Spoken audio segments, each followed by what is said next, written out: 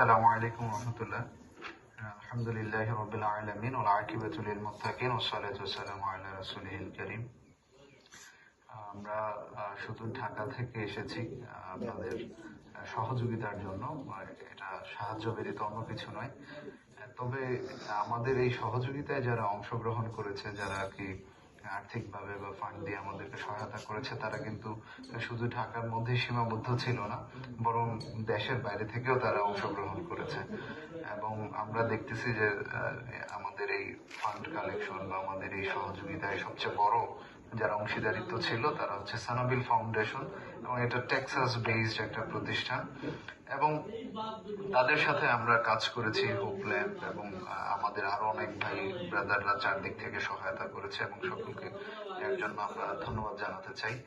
এবং একইভাবে আমরা সমবেদনা জানাই বাংলাদেশের পূর্বাঞ্চলের দক্ষিণ পূর্বাঞ্চলের বড় একটা অংশ, প্রায় 10 থেকে 12টা জেলা এই প্লাবনে প্লাবিত হয়েছে এবং অনেক ক্ষতিগ্রস্ত হয়েছে। এবং আমরা জানি যে এই বন্যাটা হয়তো আমাদের পার্শ্ববর্তী দেশের জন্য এটা আরো বড়ভাবে আঘাত করেছে আমাদের মধ্যে, আমাদের দেশে। তো সবাই স্বতঃস্ফূর্ত অংশগ্রহণ করেছে, দেশের চারদিক থেকে মানুষ সবাইকে একেবারে নিজের ভাই বা বোন ভেবে সবাই আসছে, এগিয়ে এসেছে সহায়তার জন্য। তো আমরা আমাদের সামর্থ্য অনুযায়ী যতটুকু পেরেছি অতটুকু করার চেষ্টা করেছি। হয়তো আমরা অত ভালো করতে পারিনি, তারপরেও পরবর্তীতে ইনশাল্লাহ আমাদের শাহাদাত ভাই বলেছেন যে পরবর্তীতে আমরা আরো বড় ভাবে যদি এই গ্রামের জন্য কিছু করতে পারি, আমরা অবশ্যই এটাতে অংশগ্রহণ করার চেষ্টা করব। এবং সবচেয়ে বড় অভিনন্দন পাওয়ার যোগ্য আমাদের যে ভাইরা এই জায়গায় আছেন, ভলান্টিয়ার হিসেবে কাজ করতেছেন।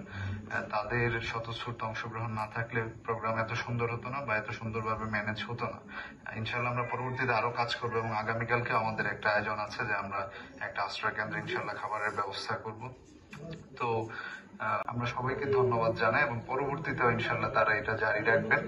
এবং হোপল্যাম্পকেও ধন্যবাদ জানাতে চাই, যেহেতু হোপল্যাম্পের মাধ্যমে বা সহায়তায় আমরা এখানে এসেছি, এবং আমাদের সাথে একেবারে শেষ পর্যন্ত যে ভাইরা স্বেচ্ছাসেবক ভাইরা থাকবেন তাদেরও স্বতঃস্ফূর্ত অংশগ্রহণ কামনা করছে, এবং তাদেরকে ধন্যবাদ জানিয়ে এই গ্রামের সবাইকে আল্লাহ তাআলা দ্রুত এই ব্যবস্থা থেকে, এই খারাপ অবস্থা থেকে সুন্দর একটা পরিস্থিতি নিয়ে যাবেন, এটা কামনা করে আমি শেষ করছি। আসসালামু আলাইকুম ওয়া রাহমাতুল্লাহ।